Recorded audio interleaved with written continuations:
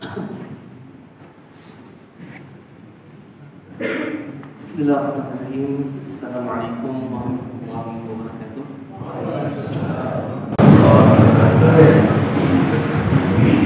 Alhamdulillah hamdan kathiran tayyiban mubarakan fihi kama yuhibbu rabbuna wa yarda. Asyhadu an la ilaha illallah wahdahu la syarika lah wa asyhadu anna Muhammadan abduhu wa rasuluhu wa safiyyuhu wa khaliluhu wa khidruhu min khalqihi wa aminuhu ala wahyihi. Assalamualaikum warahmatullahi wabarakatuh. Wa hujjatan 'ala al-ibadi ajma'in. Sallallahu wa sallamu alaihi wa ala alihi wa ashabihi ajma'in wa ala man sara ala nahjihi wa istana bi sunnatihi ila yaumiddin. Amma ba'd.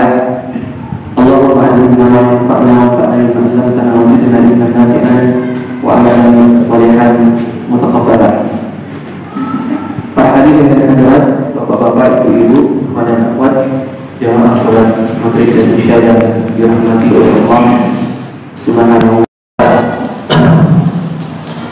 Seperti biasa di setiap malam Rabu kita berkumpul di tempat ini untuk mengisi waktu kita antara maghrib dan isya, mengkaji adab-adab Islami yang bersumber dari Rasulullah SAW, dan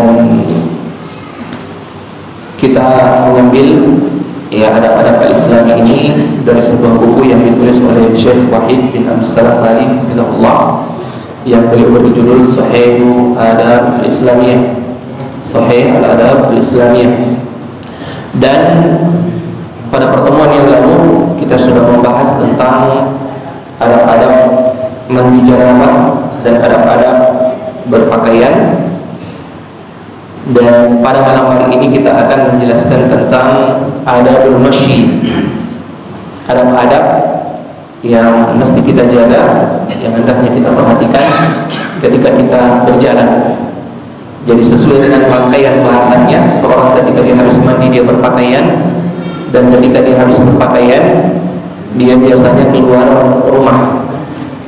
Dan di dalam pembahasan beliau ini ada beberapa adab-adab yang beliau masukkan, yang kalau kita perhatikan di antara adab-adab itu, di antaranya ada adab salam, meskipun ada pembahasan tersendiri di adab salam nantinya, tetapi beliau memasukkan beberapa karena memang berkaitan dengan adab-adab berjalan ini. Termasuk diantaranya beliau singgung sedikit tentang adab menuju ke masjid, ya, meskipun nanti di pembahasan berikutnya ya juga beliau singgung kembali adab-adab berjalan ke masjid ini. Dan di antara pembahasan yang beliau sebutkan ada adab-adab yang khusus berkenaan dengan wanita ketika dia berjalan keluar rumah. Kita langsung masuk ke pembahasan yang beliau sampaikan di dalam bukunya. Beliau mengatakan adabul masyi. Pembahasan yang keenam, adab-adab ketika seorang berjalan keluar rumah. Yang pertama, adamul iltifat, tidak sering menoleh ke kiri, ke kanan, atau ke belakang, kecuali kalau ada keperluan, kecuali kalau memang kita butuh untuk menoleh ke kiri, ke kanan, atau balik ke belakang. Sebagaimana hadis yang diriwayatkan oleh Imam Bukhari dari Abu Hurairah, beliau mengatakan ittaba'tu an-nabiy sallallahu alaihi wasallam wa kharaja li hajatihi fakana la yaltafit. Saya pernah suatu hari, kata Abu Hurairah, berjalan mengikuti Rasulullah sallallahu alaihi wasallam yang keluar untuk buang hajat, dan beliau tidak pernah menoleh sama sekali. Ya, beliau tidak menoleh ke kiri, ke kanan, apalagi ke belakang. Begitu juga hadis yang diriwayatkan oleh Imam Hakim dari Jabir radhiyallahu anhu, beliau mengatakan kana Rasulullah sallallahu alaihi wasallam idza masya lam yaltafit. Adalah Rasulullah sallallahu alaihi wasallam kalau beliau berjalan, beliau tidak balik-balik. Ya, beliau fokus menghadap ke depan. Ya, dan ini termasuk di antara yang diajarkan oleh Rasulullah sallallahu alaihi wasallam. wasallam. Kenapa? Salah satu di antara hikmahnya tentu saja orang-orang yang selalu menoleh ke kiri dan ke kanan itu bisa membahayakan dirinya sendiri ketika dia berjalan, apalagi kalau dia berkendaraan. Ya, semakin sering dia menoleh, semakin membahayakan dirinya, apalagi kalau balik ke belakang. Ya.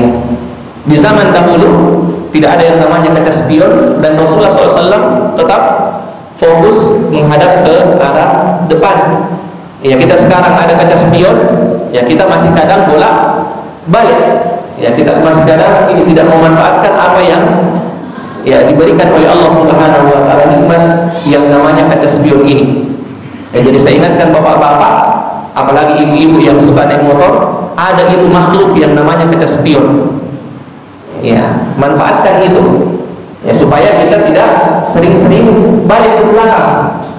Dan biasanya orang-orang yang sering menoleh ini adalah orang-orang yang berjalan itu tidak jelas mau kemana. Ya, tidak jelas mau kemana. Itu biasanya yang paling sering bolak-balik. Ya, melihat ke kiri dan ke kanan, memperlambat jalannya, memperlambat diri dari tempat tujuan. Dan yang paling berbahaya ini kalau kita sedang menemani umminya pergi di tempat perbelanjaan. Ini paling bahaya ini. Iya. Jadi kalau kita masuk di tempat perbelanjaan, ya bagusnya diingatkan dengan hadis ini.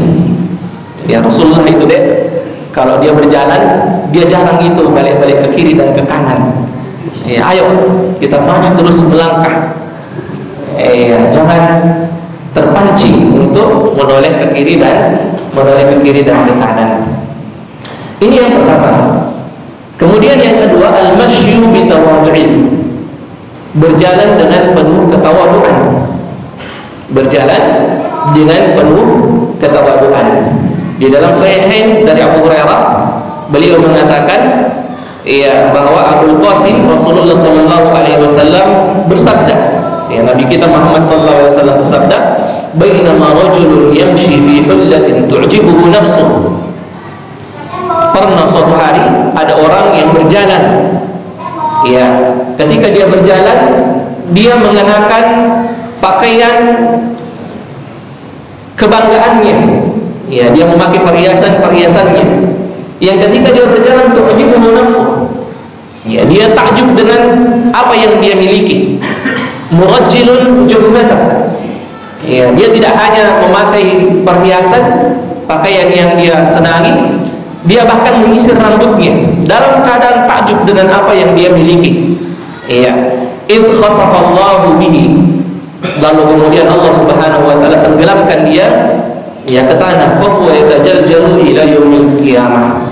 Ya, tajaljul artinya suara gemuruh tanah yang biasanya kalau longsor itu terdengar keras. Nah, ketika dia ditenggelamkan, kedengaran suara seperti itu. Dia kemudian berteriak meminta tolong sampai hari kiamat, kata Rasulullah sallallahu alaihi wasallam. Dan ya Allah Subhanahu wa taala la yuhibbu ya kullu mukhtalin fakhur, tidak senang dengan orang-orang yang menyombongkan dirinya ketika dia berjalan di muka bumi ini. Allah Subhanahu wa taala mengatakan wala tamshi fil ardi maraha innallaha la yuhibbu kulla mukhtalin fakhur. Janganlah kalian berjalan di muka bumi ini dengan penuh kesombongan. Ya, sesungguhnya Allah Subhanahu wa taala tidak senang dengan orang-orang yang arogan ketika dia berjalan di muka bumi ini. Iya. Apapun yang kita kenakan, ya seperti apapun keadaan kita ketika kita berjalanlah dengan penuh ketawaduan. Siapa biasanya orang-orang yang berjalan dengan penuh kesombongan itu? Iya. Bagaimana biasanya keadaannya? Ini kita ingatkan ini. Biasanya yang melakukan itu adalah orang-orang yang berkendara. Iya, orang-orang yang berkendara. Ya, baik karena kendaraannya misalnya punya keistimewaan, entah itu harganya atau suaranya atau larinya. Ya, atau larinya. Ya, terkadang kalau sudah digeber-geber gitu, ya sudah digas-gas gitu, didobel-dobel gas gitu, muncul kesombongan di dalam hati. Ya, apalagi kalau kita sudah mau tes kecepatannya biasanya. Ya, jangan yang seperti itu dilarang. Ya, jadi boleh cepat tetapi ya dilakukan ketika ada kebutuhan untuk melakukannya. Ya, ada hajat untuk melakukannya. Kalau tidak ada, ya berjalanlah dengan penuh kesantunan, dengan penuh ketawaduan seperti yang diajarkan oleh Rasulullah Sallallahu Alaihi Wasallam. Ini yang kedua yang beliau sampaikan. Kemudian yang ketiga, mengucapkan salam. Ya, mengucapkan salam ketika kita bertemu dengan orang-orang yang kita jumpai di jalanan. Dan ini adalah satu sunnah yang banyak ditinggalkan oleh kaum muslimin. Ya, satu adab yang sangat-sangat sebenarnya sangat-sangat besar manfaatnya, besar pengaruhnya untuk merekatkan ukhuwah, untuk merekatkan hubungan, tetapi banyak ditinggalkan oleh kaum muslimin. Iya, salam adalah haknya seorang muslim terhadap muslim yang lainnya, atas muslim yang lainnya. Rasulullah SAW mengatakan hakul muslim pada muslim sit. Ada 6 haknya seorang muslim atas muslim yang lainnya. Salah satu di antaranya, idza laqitahu fasallim alaihi. Kalau kalian bertemu dengannya, maka ucapkanlah salam. Ya, sebuah ajaran Rasulullah SAW dan sahabatnya mengajarkan kepada kita bagaimana cara mereka mengucapkan salam ini. Ya, disebutkan dalam beberapa riwayat bahwa mereka ini kalau berjalan menuju ke masjid, ya berdua, ketika mereka bertemu, mereka mengucapkan salam.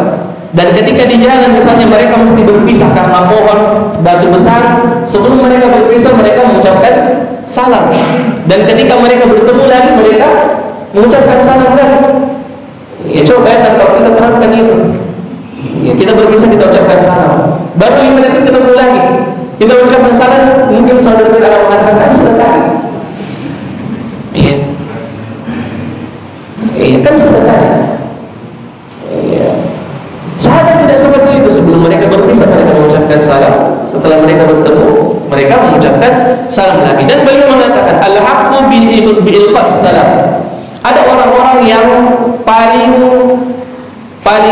wajib atau lebih harus untuk mendahulukan salam, mengucapkan salam ketika berada di jalanan. Beliau kemudian mengatakan dari Abu Hurairah, Rasulullah SAW bersabda, yusallimus shaghir 'alal kabir.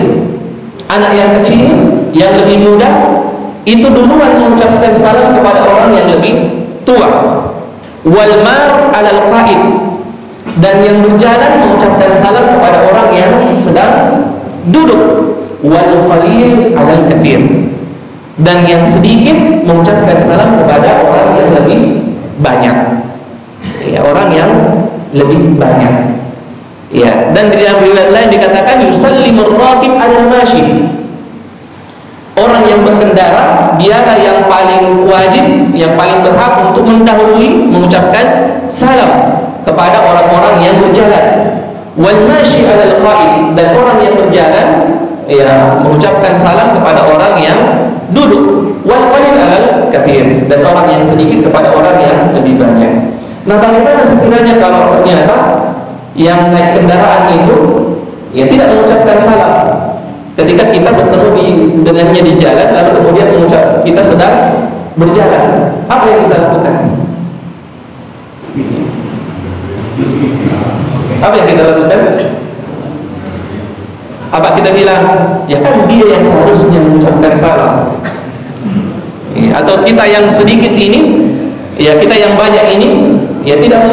Kemudian ketika bertemu dengan orang yang sedikit, kita kemudian mengatakan kan mereka yang lebih pantas untuk mengucapkan salam. Jawabannya tidak. Ya, jadi seperti yang kita katakan tadi, ini adab yang banyak ditinggalkan. Ini adab yang paling banyak ya diacuhkan oleh kaum muslimin.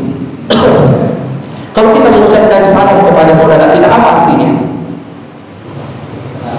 Assalamualaikum warahmatullahi wabarakatuh, apa artinya? Ya, kalau orang ini biasanya apa? Berani semua. Coba satu orang, apa artinya Assalamualaikum warahmatullahi wabarakatuh? Ya, memberikan keselamatan dan keberkahan. Assalamualaikum warahmatullahi dan rahmat Allah wa barakatuh dan keberkahan kepadamu. Ya, artinya bagus tidak? Ya, tapi kenapa kita tidak melakukan ini? Ya, kenapa kita pelit untuk mengucapkan ucapan ini kepada saudara-saudara kita? Iya. Dan kata beliau yang keempat, an yulqiyas salam ala jami'il muslimin. Kita tidak membeda-bedakan, tapi semua umat Islam berhak untuk kita berikan salam kepadanya, ucapkan salam kepadanya. Dari Abdullah bin Amr radhiyallahu anhu, dia mengatakan bahwa seorang pernah bertanya kepada Rasulullah sallallahu alaihi wasallam. Apa pertanyaannya? Ayyul Islam khair? Islam yang seperti apa yang bagus itu? Maka Rasulullah SAW mengatakan tut'imul ta'am wa taqra'us salam ala man arafta wa ala man lam ta'rif. Ya, Islam yang baik itu engkau memberi makan kepada orang yang membutuhkan, dan engkau mengucapkan salam kepada orang yang kamu kenal dan orang yang tidak kamu kenal. Ada fenomena jemaah sekalian, fenomena di kalangan penuntut ilmu itu menyangka kalau orang-orang yang tampilannya tidak sama dengan tampilan dirinya sendiri, itu tidak pernah mendapatkan salam, atau ya mungkin anggapannya tidak seperti itu, tapi terkesan berat sekali untuk mengucapkan salam ketika orang-orang yang dia temui itu tidak sama tampilan antara dirinya dan dengannya. Kalau dia bertemu dengan seorang, apa yang dia lakukan? Yang pertama dia lakukan, dia lihat ujung kepalanya sama ujung kakinya.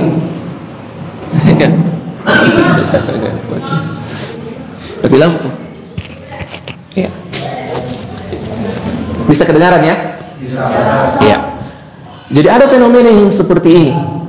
Penuntut ilmu ketika dia bertemu dengan saudaranya, dia kemudian merasa atau berat bagi dirinya untuk mengucapkan salam kepada orang-orang yang tampilannya berbeda dengan tampilan dirinya sendiri. Ya, dia lihat dulu ujung kepalanya, ya, atau dilihat kepalanya, tidak berjenggot misalnya. Dilihat lagi kakinya, celananya terlalu panjang misalnya. Apalagi kalau cuma pakai lepis-lepis, apalagi kalau cuma pakai baju kaos, apalagi kalau ada tato naganya kelihatan sedikit. Iya. Dia kemudian merasa ini orang yang tidak pantas untuk kita mengucapkan salam kepadanya, padahal tidak. Rasulullah SAW ketika dia ditanya Islam apa yang bagus itu, apa kata Rasulullah SAW? Islam yang baik itu adalah engkau mengucapkan salam kepada orang yang kamu kenal dan orang yang kamu tidak kenal. Iya, orang yang kamu tidak kenal. Kita biasanya nanti kita semangat mengucapkan salam kalau kita kenal dengan orang itu, atau si anggota nemen nih. Iya, ya kau tahu pole-pole lai pasilengang nih. Ya, kita kemudian memperlakukannya dengan perlakuan yang tidak sama dengan saudara kita. Ya. Dan ini tidak pantas, ini bukan adab yang Islami, ini bukan adab yang diajarkan oleh Rasulullah sallallahu alaihi wasallam. Ya, ini bukan adab yang diajarkan oleh beliau sallallahu alaihi wasallam. Orang yang kita tidak kenal justru kita harus semakin dekat dengannya, berusaha untuk dekat dengannya. Berusaha untuk mengenalnya. Dan ini yang perlu kita perhatikan. Kemudian yang kelima yang beliau katakan, yang beliau tuangkan di dalam bukunya ini, ilqa'us salam ala sibyan. Mengucapkan salam kepada anak kecil. Alhamdulillah. Yang kelima adalah mengucapkan salam kepada anak kecil. Dari Anas bin Malik radhiyallahu anhu, dia suatu ketika marra ala sibyan fasallama alaihim, lewat di hadapan anak-anak kecil, lalu kemudian beliau mengucapkan salam kepada mereka. Lalu kemudian beliau mengatakan, kana Nabi sallallahu alaihi wasallam yaf'aluhu. Adalah Rasulullah sallallahu alaihi wasallam melakukannya ketika beliau bertemu dengan anak-anak kecil. Anak-anak kecil jemaah sekalian yang dimuliakan oleh Allah Subhanahu wa taala, memang butuh perlakuan yang lain. Ya butuh sedikit perhatian dari kita-kita ini. Ya, saya kadang bercanda dengan anak kecil di luar itu. Ya, kalau misalnya habis selesai salam, saya bilang siapa tadi yang main-main. Ya, sebenarnya itu candaan untuk mereka. Ya sebenarnya itu anak-anak yang datang ke masjid itu ya betul dibilang Pak Lagi bilang kalau mereka main-main ketika sholat, jangan juga terlalu dikerasi dan jangan juga dibiarkan begitu saja. Dipaham maksudnya? Iya, jangan terlalu dikerasi. Karena apa? Karena dikhawatirkan kalau dikerasi mereka takut untuk pergi ke masjid. Tidak juga dibiarkan begitu saja ketika mereka main-main. Makanya saya bilang, ya kalau ada yang main-main, terkadang saya sampaikan siapa tadi yang main-main. Ya, tetapi tidak juga dicubit, tidak juga dibentak, tidak juga ditembak baik, tidak. Hanya sekedar diingatkan, ya supaya ada kesadaran di dalam hatinya bahwa oh tadi yang saya lakukan ini salah. Ya, dan begitu juga kita ini yang khusus misalnya membawa anak-anak di masjid. Ya, tidak dilarang anak-anak datang ke masjid. Bahkan seharusnya kita mendidik anak kita supaya dekat di masjid, sering-sering datang ke masjid. Tetapi ingat Rasulullah SAW, ya di dalam hadits itu diceritakan bahwa beliau ketika cucunya naik di punggungnya, sampai-sampai beliau lama sekali sujud, sampai-sampai sahabat bertanya-tanya ada apa ini? Ya, dan ketika beliau salam, beliau mengatakan tadi cucu saya ada di punggung saya. Lihat bagaimana Rasulullah SAW memperlakukan cucunya. Seandainya beliau bangun, maka anak itu akan terjatuh dan kemungkinan akan menangis. Itu menunjukkan bahwa Rasulullah menjaga jangan sampai anak ini menangis pada saat orang salat. Iya.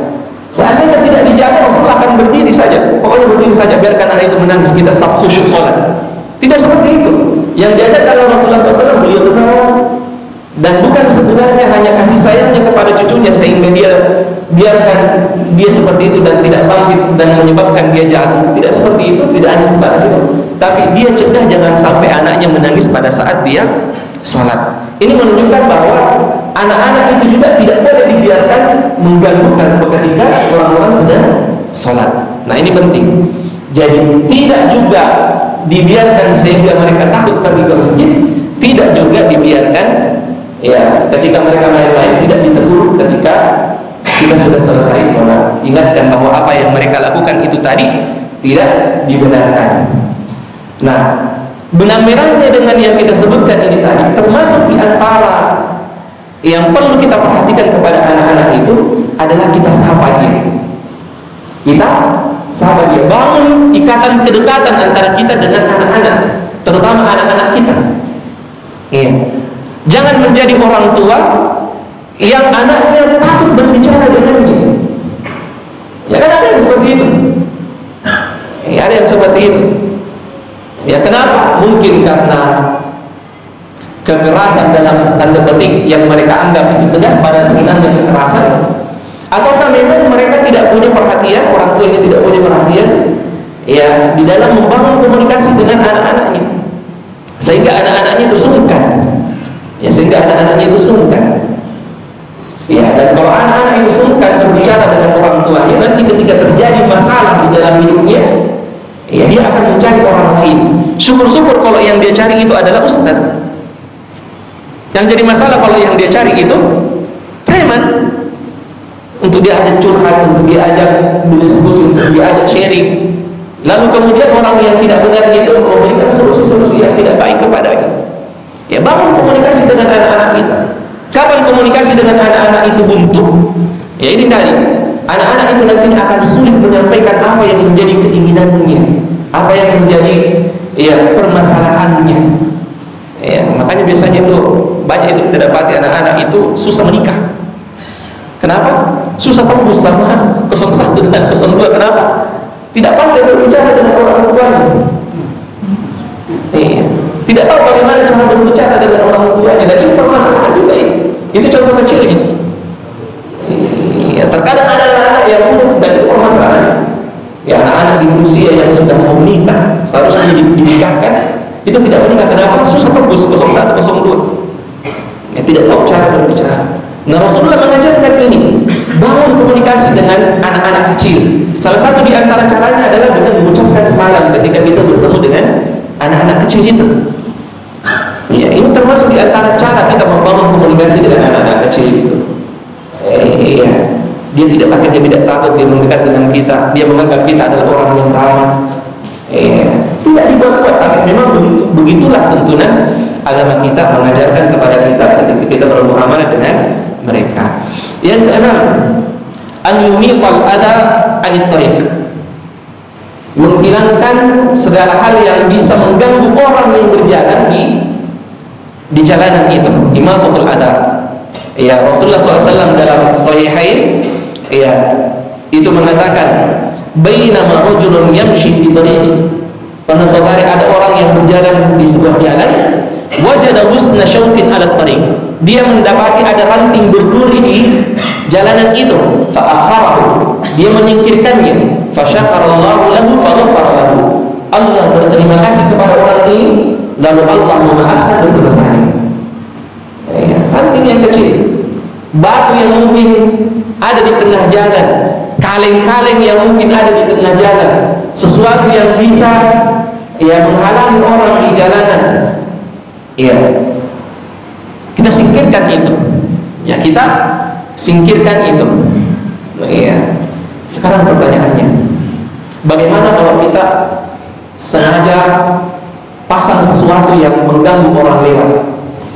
Aku coba boleh langsung polisi tidur. Apa hukumnya buat polisi tidur di jalan? Ya, saya cuma kasih isyarat, antum yang sebutkan contohnya. Apa hukumnya buat polisi tidur di jalan? Apa? Dosa jariah? Antum yang fatwa ini, saya cuma tanya, antum yang kasih fatwa. Polisi tidur jamaah sekalian, ya. Polisi tidur. Jadi kalau mungkin di jalanan-jalanan yang, tapi sulit kita dapatkan jalanan yang jarang dilalui orang yang ada polisi tidurnya. Polisi tidur itu setiap orang yang lewat dan orang itu merasa ya, tidak enak, ya, atau kadang mungkin terbanting karena tidak tahu. Apalagi kalau kayak saya ini, saya ini matanya tidak jelas. Ya, terus terang, saya kadang bertemu dengan orang itu, pernah berapa kali di jamaah masjid sini, itu umbinya bilang, Bi, tadi ada yang ketawa sama kita itu. Saya tidak lihat. Saya fokus di dan mata saya buram. Kalau saya lepaskan ini, itu dari jarak 1 meter saja, saya tidak kenali orang, mukanya orang. Ya, kalau pakai kacamata, kalau yang kalau yang lubang-lubang itu saya kadang tidak lihat, apalagi kalau malam. Iya, coba bayangkan kalau saya sementara jalan itu lalu ada polisi tidur yang sangat besar itu, saya tidak ini, lalu kemudian saya jatuh. Iya, dia dapatkan dosanya itu. Ya, dia dapatkan dosanya itu. Nah, ada yang kemudian mengatakan, apa kalau begitu apa solusinya, Ustaz? Ya, banyak anak-anak di sini yang tidak taat aturan, pokoknya dalam konteks jalan-jalan. Ya, solusinya sebenarnya kembali ke syariat tadi. Tadi ketika kita berjalan, kita dilarang apa? Kita dilarang malam-malam. Ya, tadi adabnya yang pertama itu. Iya, jangan arogan kalau berjalan. Ya, sebagai gantinya juga jangan pasang polisi tidur. Kalau ini kita terapkan jamaah sekalian, aman negara, ya, aman lingkungan kita. Ya, cuma masalahnya begitu, kita tidak jaga tadi adab yang pertama itu, tidak arogan, tidak sombong ketika berjalan, tidak balap-balapan. Akhirnya orang juga meragukan ini, dia pasang halangan-halangan di jalanan yang membuat kita tidak bisa berjalan sebagaimana mestinya. Ya, tapi seperti itu. Iya. Keutamaannya orang yang menyingkirkan ini sangat besar sekali. Apa kata Rasulullah SAW? Syakarallahu lahu. Allah berterima kasih kepadanya. Iya. Dan Allah memaafkan, mengampuni dosanya. Faghfarallahu lahu. Ya. Dan tidak kita tentu saja kita semua ini adalah orang yang punya banyak dosa. Coba bayangkan kalau satu duri saja yang kita ini itu, lalu kemudian dosa kita diampuni oleh Allah Subhanahu wa ta'ala. Yang ketujuh, an yatajannabal muslim mishyat at-tashabbuh. Ya, kita sudah bahas ini sebenarnya, bahwa seorang muslim dilarang untuk berjalan dengan model tashabbuh, menyerupai lawan jenis. Ya, pada pertemuan yang lalu kita ceritakan tentang putrinya Abu Jahal yang ketika dia berjalan dia gendong busurnya lalu berjalan seperti laki-laki. Ya, lalu kemudian Rasulullah SAW mengatakan Allah melaknat laki-laki yang menyerupai wanita dan wanita yang menyerupai laki-laki. Dan ini juga ya berlaku di jalan ini. Ya, di jalan ini kita tidak boleh berjalan ketika laki-laki berjalan misalnya jangan lemah gemulai. Ini ya, Anda maksudnya lemah gemulai itu ya goyang-goyang pantatnya lalu berjalan dengan penuh kelembutan, jangan. Laki-laki ya laki-laki. Iya, awas kalau ada laki-laki yang seperti ini. Iya, awas kalau ada laki-laki yang kemayu-kemayuan. Ya jangan. Laki-laki ya laki-laki. Ya perlihatkan bahwa kita ini adalah seorang laki-laki bahkan ketika kita berjalan. Ya, ketika kita berjalan. Begitu juga sebaliknya perempuan tidak boleh berjalan sebagaimana berjalannya laki-laki. Yang kedelapan, al-masyu ila sholati bisaqinatin wa waqar. Berjalan menuju ke tempat salat dengan penuh tenang. Ya, dengan penuh ketenangan, dengan sakinah wa waqar. Rasulullah SAW bersabda, "Idza suwiba bis-shalah fala ta'tuha wa antum tas'aun." Kalau qomat sudah dikumandangkan, maka janganlah kalian mendatangi salat kalian dengan cara tergesa-gesa. Waktuha wa alaikumus sakinah. Hendaklah kalian berjalan menuju salat dalam keadaan penuh tenang. Fama adraktum fasallu, apa yang kalian dapatkan maka salatlah, wa ma fatakum fa'timu, apa yang kalian tidak dapatkan maka sempurnakanlah. Fa inna ahadakum fi salatin idza ma kana ya'midus salat. Karena seorang itu dianggap sebenarnya salat ya meskipun dia sementara berjalan. Ya, mulai dari dia berjalan dari rumahnya dia sudah dianggap sholat selama dia memang sengaja keluar dari rumahnya menuju ke masjid dengan tujuan untuk sholat. Ya, artinya pahala kita sudah tercatat di situ. Makanya hendaknya kita berjalan dengan keadaan yang tenang. Ya, berjalan ke masjid adalah ibadah. Dan ketika mengerjakan ibadah kita ya diajarkan untuk tidak tergesa-gesa, tenanglah. Ya, tenanglah. Iya. Kalau di sini alhamdulillah saya belum pernah dapatkan. Ya alhamdulillah ikhwannya tenang semua. Di beberapa masjid itu ya pernah suatu ketika itu kami sholat itu ya pada saat rukuk itu kedengaran itu langkah kakinya itu dari luar itu lari kayak balapan itu baru mau ketabrak dia di pintu. Kenapa? Mau dapatkan rukuk. Ya mau dapatkan rukuk. Ya kalau Ustaz Said bilang ya kalau memang tidak mau terlambat maka jadilah orang yang betul-betul mendirikan sholat. Dengan cara apa? Sebelum masuk waktu sholat kalian memang sudah dalam keadaan berwudu. Ya, kenapa kita sering terlambat? Karena ditunggu dulu azan. Bahkan ada yang menunggu sampai selesai azan baru kalian berwudu dengan santai. Pokoknya santai sekali berwudu. Pakai baju juga santai, turun dari rumahnya juga santai. Ya, jalankan juga motornya santai. Ya, sampai terus pasti di pintu masjid dia sudah dengar itu imam sudah waladhdallin dan musibahnya itu kalau selesai waladhdallin inna atainakal kautsar. Oh pokoknya ya kalau masih alif lam mim yang dibaca imam dan kedengaran alhamdulillah masih santai lagi. Tapi kalau inna ataina dia masih di pekarangan selesai masalah pokoknya berlumba masih. Jangan. Ya biar inna ataina dibaca sama imam tetap dalam keadaan tenang. Ya, tetap dalam keadaan tenang sebagaimana yang diajarkan oleh beliau sallallahu alaihi wasallam. Nah, yang kesembilan ini khusus wanita. La tamshil mar'atu fi wasatit tariq. Kalau wanita keluar rumahnya, jangan dia berjalan di tengah jalan. Ya kalau sekarang mungkin berlaku semuanya untuk laki-laki dan untuk perempuan, tapi khusus perempuan ada larangannya.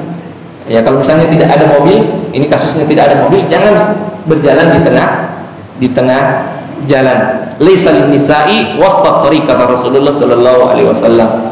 Ya, tengah jalan itu tidak diperuntukkan bagi wanita. Kemudian wanita juga ketika dia keluar rumah, la tadribul mar'a bi rijliha litudhhir zinataha. Dia tidak boleh menghentak-hentakkan kakinya untuk menampakkan bahwa di kakinya itu ada perhiasan. Ini di dalam Al-Quran disebutkan dalam surat An-Nur tentang etika-etika dalam berhias bagi wanita. Allah Subhanahu wa taala berfirman, "Wala yadribna bi arjulihinna liyu'lam ma yukhfina min zinatihin." Dan janganlah wanita itu menghentak-hentakkan kakinya, ya liyu'lam, agar diketahui ma yukhfina min zinatihinna, apa yang mereka sembunyikan dari perhiasan mereka. Di sini Allah yang melarang itu. Allah melarang agar wanita tidak menghentak-hentakkan kakinya. Kenapa? Supaya perhiasannya tidak bunyi, supaya tidak diketahui bahwa di kakinya itu ada perhiasan. Kenapa? Karena ini Allah yang tahu. Karena hal yang seperti itu bisa menggoda laki-laki. Itu bisa menggoda laki-laki. Iya. Kalau wanita punya perhiasan dan kemudian tampak, itu bisa menggoda laki-laki. Ya, ada salah seorang ustaz kita bilang kalau laki-laki normal itu, jangankan wajahnya wanita, ujung jilbabnya saja itu bisa menggoda hatinya. Itu bisa menggoda hatinya. Kenapa? Karena memang wanita itu ketika dia keluar rumah, istasyrafah syaitan, akan dihiasi oleh syaitan. Syaitan akan mempercantiknya, memperindahnya. Wanita sudah indah secara tabiat, dari sononya, dari penciptaannya. Dan ketika dia keluar, syaitan semakin memperindahnya di pandangan laki-laki. Ya, seperti yang kita katakan tadi, jangankan wajahnya yang kelihatan, itu ujung jilbabnya saja itu bisa menggoda seorang ikhwah, menggoda laki-laki.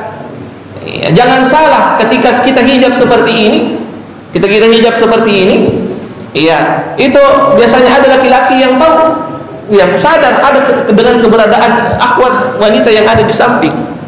Iya, seperti itu. Dan di sini Allah Subhanahu wa taala seakan-akan memberikan isyarat tentang itu. Ya, bahwa jangankan wajahnya, perhiasan-perhiasan saja kalau kamu tahu ada perhiasan di kakinya dan antum bayangkan itu, maka itu bisa menggoda hati laki-laki. Makanya wanita itu, yaitu secara secara syariat memang diajarkan untuk menutupi kecantikannya. Kapan dia tampakkan kecantikannya itu? Di depan suaminya. Ya, di depan suaminya. Kalau depan suaminya percantik diri, pokoknya pakai semua itu make up. Iya. Kalau perlu itu parfum yang kita beli itu paginya lain, sorenya lain, malamnya lain, silahkan. Semakin tipis pakaian, semakin silahkan pakai di hadapan suami. Ada suami bilang di sini, kalau perlu tidak perlu pakai. Dan memang seperti itu. Ya, kalau dia di luar justru ditutupi. Ya, justru ditutupi, jangan perlihatkan kecantikan. Karena kecantikan itu adalah untuk suaminya. Makanya di dalam hadis yang ke-11 ini, poin yang ke-11 dan yang terakhir ini, beliau mengatakan, "Wala tata'attarul mar'ah idza kharajat min baitiha." Ya, wanita itu kalau dia keluar rumah, dia tidak boleh menggunakan parfum. Ya, dia tidak boleh menggunakan parfum. Sedangkan tidak bau wangi saja, bau harum saja itu menggoda laki-laki. Apalagi kalau sudah lewat dan baunya harum sekali. Ya, dan Rasulullah SAW mengatakan dari Abu Musa al-Asy'ari, ya, beliau bersabda, "Ayyu imra'atin ista'tarat famarrat ala qawmin liyajidu rihaha fayazaniya wa kullu 'ainin fazaniyah." Rasulullah SAW mengatakan, siapapun wanita yang memakai parfum keluar dari rumahnya lalu lewat di hadapan satu kaum, agar kaum itu mencium bau wangi dari parfum itu, fayazaniya, maka dia dihukumi sebagai seorang wanita pezina. Pezina maksudnya di sini bukan pezina yang berzina kemaluan yang dirajam, tidak. Ya, tetapi kata Rasulullah SAW, ya, innal ain la tazni. Ya, semuanya mata itu juga bisa berzina. Wazinatuha an-nadhar. Dan zinahnya dia wazinaha an-nadhar, adalah melihat. Ya, ini yang dimaksud. Jadi wanita yang memakai parfum itu dia dihukumi seperti itu ketika dia memakainya dengan tujuan untuk agar orang-orang bisa mencium bau harumnya. Ya, jadi seperti yang kita katakan tadi, bahwa wanita itu sebenarnya kecantikannya sebisa mungkin dia sembunyikan. Ya, keindahan yang dia miliki sebisa mungkin dia sembunyikan dan hanya diperuntukkan untuk suaminya. Ya, mungkin ada yang mengatakan, Tetapi kan tidak seperti itu ya, Mas Antum terlalu berlebih-lebihan bahwa ujung jilbabnya saja, bahwa sedikit saja dilihat orang bisa tergoda. Kenapa sekarang laki-laki itu tidak biasa-biasa saja ketika dia melihat wanita? Jangankan ininya, sudah pakai pakaian yang seharusnya dia pakai di kamar, itu kadang laki-laki masih tidak tergoda. Kenapa? Karena sudah terbiasa. Iya. Jadi disebutkan satu kaidah mengatakan idza kasura al-misas dhahaba al-ihtisas. Ya, kalau sesuatu itu yang keseringan, itu hilang kepekaannya. Itu hilang kepekaannya. Jadi kenapa laki-laki itu sekarang itu tidak sama strongnya seperti laki-laki yang dulu? Karena seperti itu. Kalau dia sama wanita ya, karena seperti itu sudah terbiasa dengan hal yang seperti itu. Coba belum terbiasa dengan hal yang seperti itu. Ya kan? Lalu kemudian dekat dengan wanita, ya, maka laki-lakiannya akan langsung kelihatan, cepat kelihatan. Ya, tetapi kalau terbiasa itu bahkan bisa hilang, hati-hati. Ya, laki-laki yang sudah terbiasa dengan bergaul dengan wanita, melihat wanita dan seterusnya, itu bisa hilang kepekaannya. Ya, hilang kepekaannya, dan ini berpengaruh di kehidupan pernikahannya biasanya. Ya, wanita yang sudah terbiasa melihat wanita-wanita itu akan berpengaruh ya, melihat wanita yang cantik saja itu biasa-biasa saja, apalagi kalau melihat wanita yang biasa-biasa saja. Dan musibahnya itu kalau istrinya itu wanita yang biasa-biasa saja. Itu yang pahamnya maksudnya. Nah, seperti itu. Iya, idza kasura al-misas dhahaban ihtisas, biasanya ketika keseringan itu maka kepekaan itu bisa menjadi hilang. Wallahu alam. Ini beberapa di antara adab-adab berjalan yang beliau sampaikan baik untuk laki-laki maupun wanita. Insyaallah pada pertemuan berikutnya kita akan membahas tentang adabul masajid. Adab-adab yang harus kita jaga ketika kita berjalan juga. Masih ada beliau sebutkan di sini 1-2 adab ketika kita berjalan ke masjid, dan adab-adab ketika kita memasuki masjid, dan adab-adab yang berkaitan dengan masjid lainnya. Sebelum kita tutup, mungkin masih ada waktu menit ya. 5 menit untuk tanya jawab. Masih ada? Masih ada atau sudah masuk? Satu pertanyaan kalau begitu. Iya. Ini salam kan? Iya. Bagaimana Ustaz kalau salam sama orang yang tidak kenal? Iya. Ini juga biasanya orang yang tidak mengucapkan salam sama orang yang tidak kenal, Ustaz. Iya. Biasanya karena pengaruh itu, Iya. jika orang tidak mengucapkan salam kepada orang yang kenal, karena takut saudaranya berdosa. Karena biasanya yang pernah kami dengar, kalau tidak mengucapkan salam itu berdosa. Iya. Bagaimana Ustaz? Apakah tetap di salam orang yang tidak kenal di luar tidak menjawab? Iya. Apa hukumnya meninggalkan sunnah menebar salam karena takut saudaranya berbuat dosa? Ini sebenarnya ya saudara yang bagus ini tidak mau kalau saudaranya berbuat dosa, tapi sayangnya ya tidak sayang sama dirinya sendiri. Ya, kenapa? Karena dia tidak mau dapat pahala. Ya, dia tidak mau dapat pahala. Kalau kita mengucapkan salam kepada orang, lalu orang itu tidak menjawabnya, iya, karena ketidaktahuannya, maka mudah-mudahan Allah ampuni.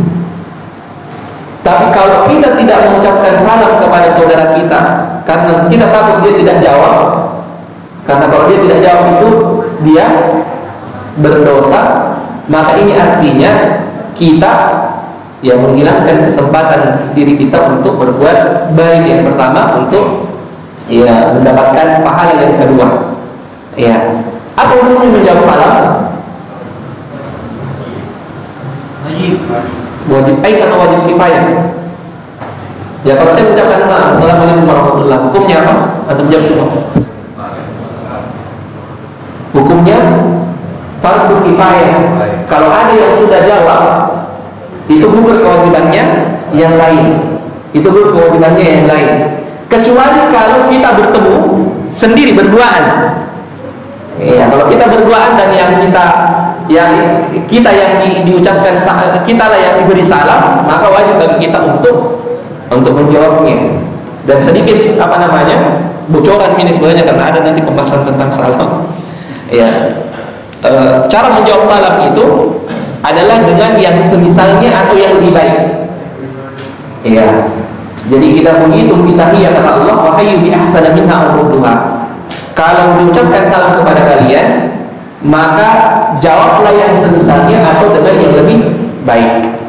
Jadi kalau orang mengatakan Assalamualaikum warahmatullahi wabarakatuh, bagaimana cara menjawabnya?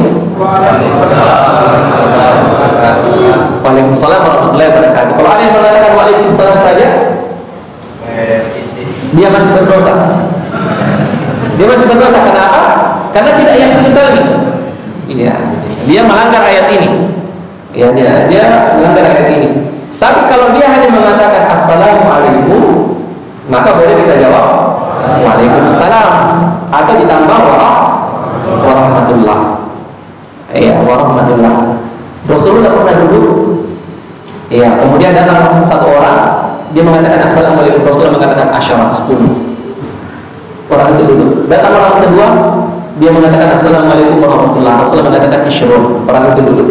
Datang orang yang ketiga, Assalamualaikum warahmatullahi wabarakatuh. Rasulullah mengatakan 30. Orang itu kemudian duduk. Satu kali kita mengatakan Assalamualaikum warahmatullahi wabarakatuh, kita mendapatkan 10 pahala. 10 atau 30? 30. Kita mendapatkan 30 pahala. Satu orang. Coba berapa orang yang kita temui setiap hari? Berapa orang yang kita temui setiap hari? Berapa? Madatu ngasih Pak Sakir. Taruhlah 100, apalagi kalau Pak Sakir ini yang memang kerjanya di pasar. Coba bayangkan kalau setiap ketemu sama orang dia ucapkan salam, berapa pahala yang dia dapatkan di pasar? Di pasar siaga apalah kira-kira talolongan. Ya kok sinuntuk isi batin mak beres selesai iki. Iya. Kenapa kita pelit ini? Ini kesempatan mendapatkan pahala ini. Bahkan dengan mudahnya kita bisa mendapatkannya, tapi banyak orang yang tidak sadar. Iya, banyak orang yang tidak sadar. Andaikan Rasulullah tadi yang mengatakan Assalamualaikum dapat 10.000 misalnya, ya, yang kedua dapat 20.000, yang ketiga dapat 30.000, mungkin kita semua berlomba-lomba. Kenapa? Karena itu duniawi, uang duniawi bisa dihitung. Ya, tapi sayangnya itu pahala, dan kita sebenarnya seperti itu. Itu kekurangan kita. Kalau keuntungan duniawi, ya, ribu-ribuan itu kita hitung sedetail-detailnya. Tapi kalau keuntungan ukhrawi, kita tidak ada yang melakukannya. Ya, tidak ada yang melakukan. Coba Pak Sakit, ya, satu pasar saja, panen pahala. Iya, kita bisa panen pahala. Dan pernah sahabat yang mengatakan yang seperti itu, yang mereka cuma datang ke pasar, dia panggil sahabat yang lain, dia cuma datang ke pasar, setiap ada dia assalamualaikum. Ditanya, apa ini? Kenapa dari tadi kita cuma hanya mengucapkan salam? Maka sahabat ini mengatakan, memang innama nahnu min salam, kita datang ke sini memang untuk hanya sekedar mengucapkan salam. Ya, jadi kalau ada yang bingung, ya sudah juga baca Quran di rumahnya.